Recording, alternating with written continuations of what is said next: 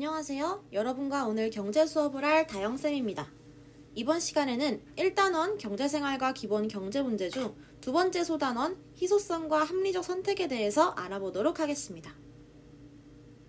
먼저 다음 사진들을 볼게요. 무엇인지 아는 친구가 있을까요? 네, 왼쪽부터 한정판 에어조던 운동화와 다이아몬드, 그리고 피카소의 꿈이라는 작품인데요. 이 사진들이 무엇을 나타내는 걸까요? 이것들은 모두 사고자 하는 사람들은 많은데 그에 비해 수량이 부족한 재화들입니다. 그래서 흔히 이것이 있다고 하죠.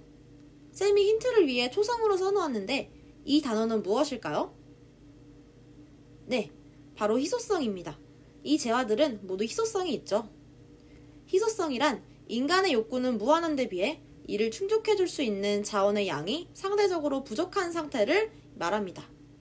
앞에 사진에 있었던 물건들이 이에 해당합니다.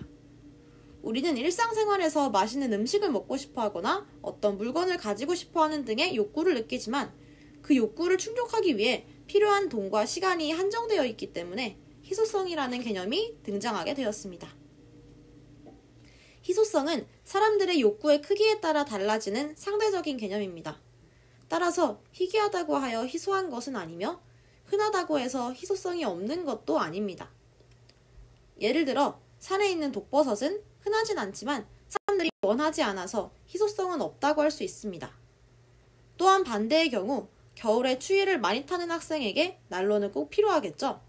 이때 난로는 흔하게 볼 수 있지만 추위를 많이 타는 사람의 욕구와 겨울이라는 상황에 따라 희소성이 생기게 됩니다. 이처럼 희소성은 장소에 따라 다르게 나타날 수도 시대에 따라 변화할 수도 있습니다. 희소성과 관련해서 여러분이 알아야 할 재화의 종류가 두 가지가 있는데요. 무상재와 경제재입니다. 먼저 무상재는 희소하지 않아서 아무런 대가를 지불하지 않고 누구든지 얻을 수 있는 재화를 말합니다. 햇빛과 공기 등이 그 예라고 할 수 있어요. 경제재는 무상재와 반대로 희소성이 존재하여 어떤 대가를 지불해야만 얻을 수 있는 재화를 말합니다. 사람들이 사용하는 대부분의 재화는 거의 다 경제재라고 할 수 있습니다. 그런데 무상재와 경제재는 항상 고정된 것은 아니에요. 무상재였던 것이 희소성이 생겨 경제재가 되기도 하고 경제재였던 것이 희소성이 없어져 무상재가 되기도 합니다. 예를 들어 깨끗한 물은 과거에 언제 어디서나 쉽게 구할 수 있었기 때문에 희소하지 않은 무상재였으나 오늘날에는 환경오염 등으로 깨끗한 물을 구하기가 어려워 일정한 가격을 지불해야만 구매할 수 있는 경제재가 되었습니다. 반대의 경우는 지적재산권이 있는데요.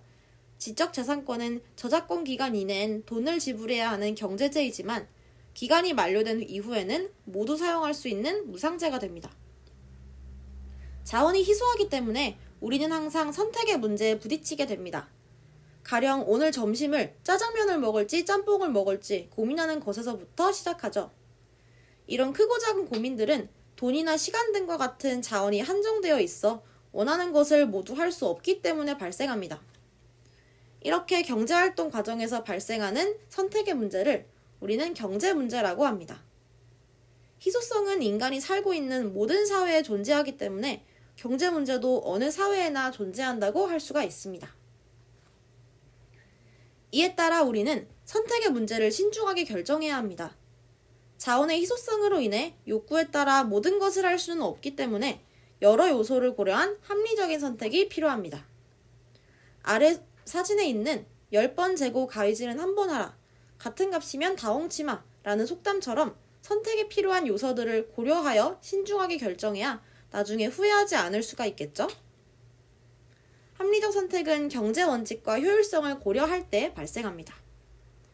여기서 효율성이란 생산을 할 때 최대 효과의 원칙이나 최소 비용의 원칙이 달성된 상태를 이야기하고 경제 원칙은 효율성에 따른 원칙을 말합니다.